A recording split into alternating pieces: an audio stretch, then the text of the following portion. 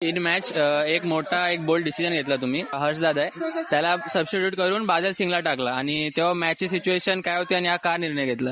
बघा, त्यांचा तो रेडर होता, राईट रेडर, तो सतत पॉईंट घेऊन जात होता आणि त्याला थांबवणे अशक्य झालेलं. तर आम्ही असा प्लॅन केला की ह्याला आता अँकल होल्ड न करता बादलला उतरवून त्याला बॅक होल्ड कसा करता येईल ह्याचा आम्ही प्लॅन केला. म्हणून त्याला हाफ टाइम नंतर बादलला आम्ही सबस्टिट्यूट करून त्याला संधी दिली आणि त्या संधीचा पुरेपूर फायदा बादलने घेतला आणि मला वाटतं त्यांनी 3 तरी टॅकल त्यांनी केले बॅक होल्डवर. त्याच्यामुळे त्यांचा तो राईट रेडर होता तो त्यांचा थांबला आणि त्यामुळे मॅचचा कौल आमच्या बाजूने लागला. योगेश आणि बादल यांचा कॉम्बिनेशन पण एकदम मजबूत बघायला भेटला. टाईट खेळायला लागला डिफेन्स आपला.